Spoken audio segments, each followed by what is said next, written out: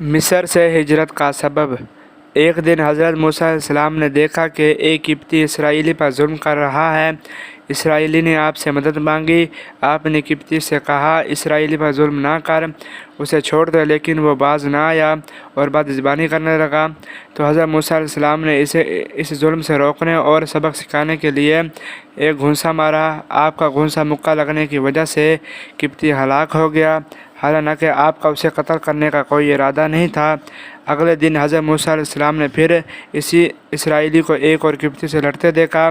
اس نے دوبارہ مدد طلب کی۔ آپ نے اسرائیلی کو ڈانٹتے ہوئے کہا، تم بہت جھگڑالو ہو، ہر روز کسی نہ کسی سے لڑتے ہو۔ اس کی سرزنش کرنے کے بعد حضرت موسیٰ علیہ السلام کو اس پر رحم بھی آ گیا۔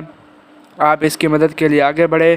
اسرائیلی نے سمجھا کہ حضرت موسیٰ علیہ السلام مجھے مارنے کے لیے آگے بڑھے ہیں، اس لیے اس نے گھبرا کر کہا، آج آپ مجھے بھی مارنا چاہتے ہیں جیسے کل ایک قبطی کو مارا تھا۔ قبطی نے یہ بات سن لی۔ جب فرعون کو یہ خبر ملی تو اس نے حضرت موسیٰ علیہ السلام کو قتل کرنے کا حکم دے دیا۔